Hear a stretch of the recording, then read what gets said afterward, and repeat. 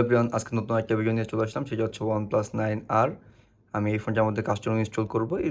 ফোনটার মধ্যে custom install করা ছিল, তো আমি কিছুক্ষণ আগে এটার মধ্যে আবার ফাস্টবুট রুমটা ইনস্টল করি দেখানোর জন্য কীভাবে কাস্টম ইনস্টল করতে হয় OnePlus ডিভাইসে। তো OnePlus ডিভাইসে সবচাইতে সহজেই কাস্টম ইনস্টল করা যায় অন্যান্য ডিভাইসের ক্ষেত্রে। আর মোটামুটি OnePlus-এর জন্য ডেভেলপার পাওয়া যায়।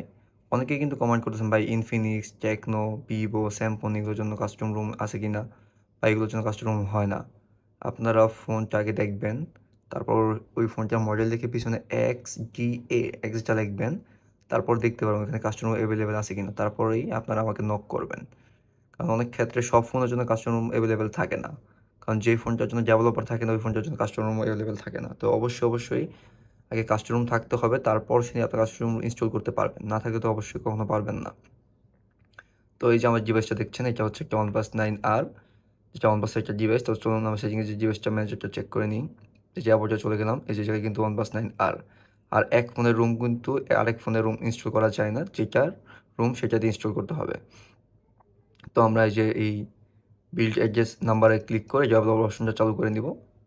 পিছনে চলে গিয়ে এই যে সিস্টেমে চলে যাব, এই যে ডেভেলপার অপশন, এখানে চলে যাব। ফার্স্টে আমরা যে OMI আনলকটা দেখতে পাচ্ছেন, আমরা এটা এনেবল করব। এনেবল। সেকেন্ড অফ অল এই যে ইউএসবি ডিবাগিং, এই যে ইউএসবি ডিবাগিংটা অন করব। অন করে দিলাম। এখন আমাদের সিম্পলি ফোনের কাজ শেষ, তখন আমরা এই ফোনটা অফ করব। এই যে অফ করলাম। তারপর আমরা কি করব, এই পাওয়ার বাটনটা আর এই ভলিউম মাইনাস বাটনটা একসাথে চাপতে ধরে রাখবো।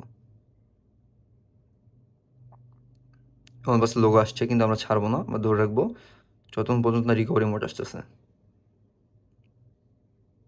হ্যাঁ, এই যে রিকভারি মোড কিন্তু এখানে চলে এসেছে।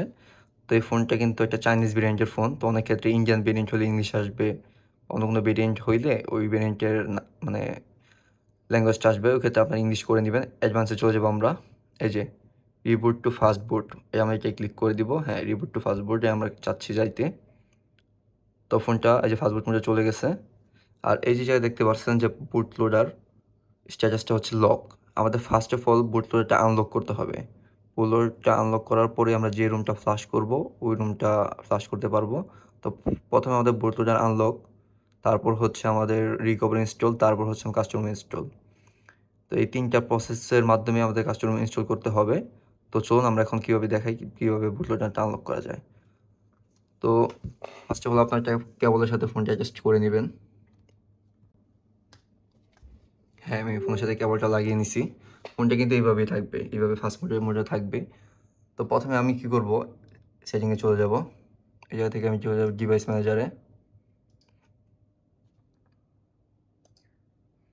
ডিভাইস ম্যানেজারে দেখবো আমার অ্যান্ড্রয়েড ডিভাইসটা ঠিক আছে কিনা। হ্যাঁ, এই জায়গায় আমার অ্যান্ড্রয়েড ডিভাইসটা পাওয়া গেছে। তো অনেক ক্ষেত্রে যদি ডিভাইস না পাওয়া যায়, তো কীভাবে ড্রাইভারটা আপডেট করবেন সেটা আমি আপনাদের দেখিয়ে দিব। তো তারপর হচ্ছে যে সব কিছু ওকে থাকলে আপনারা প্রথমে তারপর চলে যাবেন কি, এই যে এই অল ইন ওয়ান টুল, এই যে অল ইন ওয়ান টুল, এই টুলটা যখন আসছে তখন থেকে এই টুলটা খুবই জনপ্রিয়, কারণ এই টুলটার মাধ্যমে আপনার খুব সহজে কাস্টম ইনস্টল করতে পারবেন, আর বুট লোডার আনলক সব কিছু করতে পারবেন।